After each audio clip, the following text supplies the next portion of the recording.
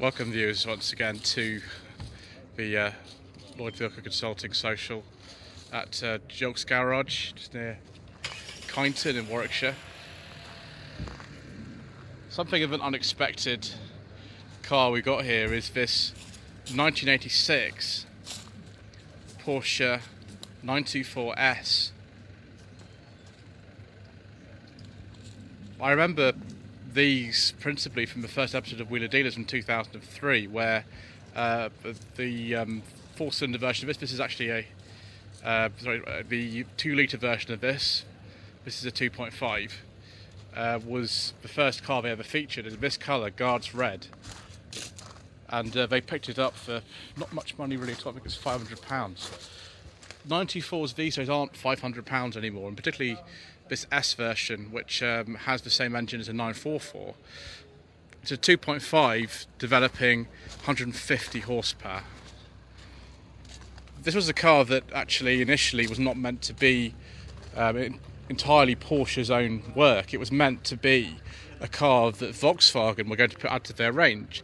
A little bit like the Porsche 914 that was sold through Porsche and Volkswagen dealers in a very complicated arrangement depending on what country that you were in. There's actually quite a few Volkswagen parts on this. One of them is this door handle, which was just exactly the same as the one on my parents' Mark I Volkswagen Jetta from 1983 that I used to go when I was growing up. Another one I remember is this interior door handle, but I think that's off a Mark I Golf or something. Another thing that I've noticed, and I saw this when Ed from Twin Cam did a review of one of these on his channel, is these wiper and indicator stalks. I think they're straight off from like a Mark II Polo, but a lot of other things are, well, they're not the same. Straight away, the handbrake lever is on the right hand side, which is a very old sort of thing from many sports cars of history. This car's owned by David, who's very kindly allowed me to film it. It's been in his family for a long time. I think since about 1995.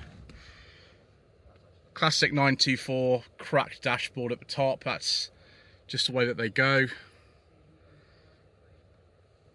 And very focused upon the driver, although unlike a 911 of this era, the rev counter isn't right in the middle, it's actually to the side. Ground position is really good. It's exceptionally good. I'm a little bit short to be able to reach the pedal. I'd have to go forward if I was to leave it because it's David's position he's in.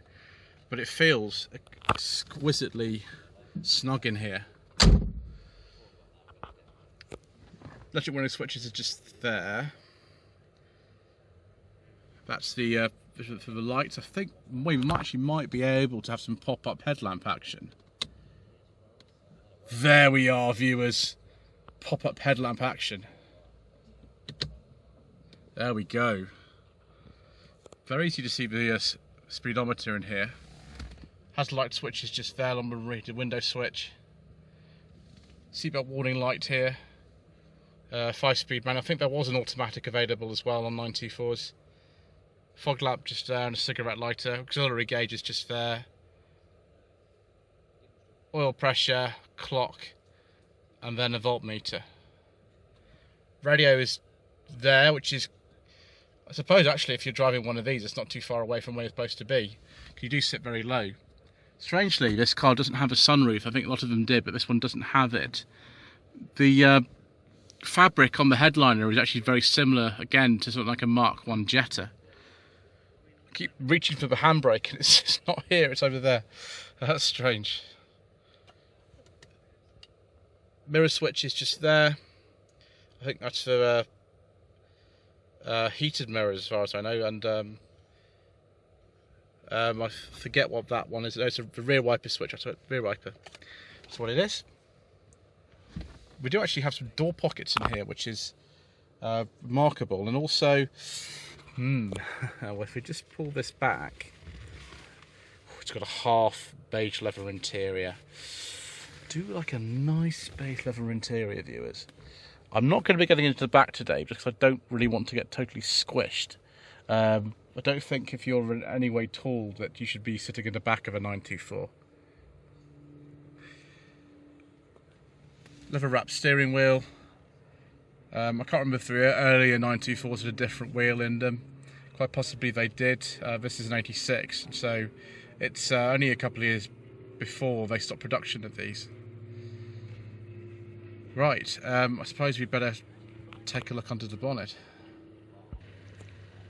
Here's the 2.5 litre Porsche engine developing 150 horsepower.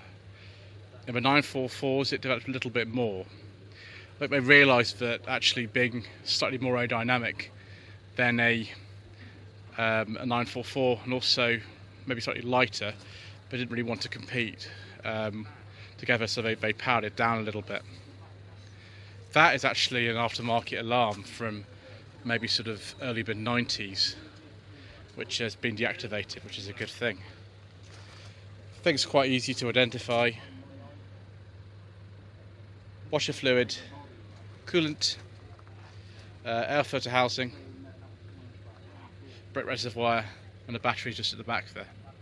It should probably also have on the bonnet mat, but that has not lasted very well since 1986. There is a cam belt in these engines. Quite a large 4-cylinder engine. The 968s were even bigger at 3 litres, and that's something to be aware of if you own one of these cars, to make sure that actually the cam belt is changed at the right frequency, because it is an interference engine. If we can have some pop-up headlamp action. So I'll close the bonnet and we'll have a go at that. There we are, viewers, that's better, isn't it? Pop-up headlamp action. I think those are washer jets as well. Brilliant. Well, let's take a look in the glove box. Wow, you could probably hide a lot of secret mission documents in there. I'll be pretty good if buying in. Just notice that catch is also very similar to something like a Jetta. Not surprising, really. So there should be a release that actually opens this rear hatch from inside. It's just to the right of the driver's foot, but that doesn't actually work in this car. I think David's going to address that at some point. Got some spare wipers in there because you never know.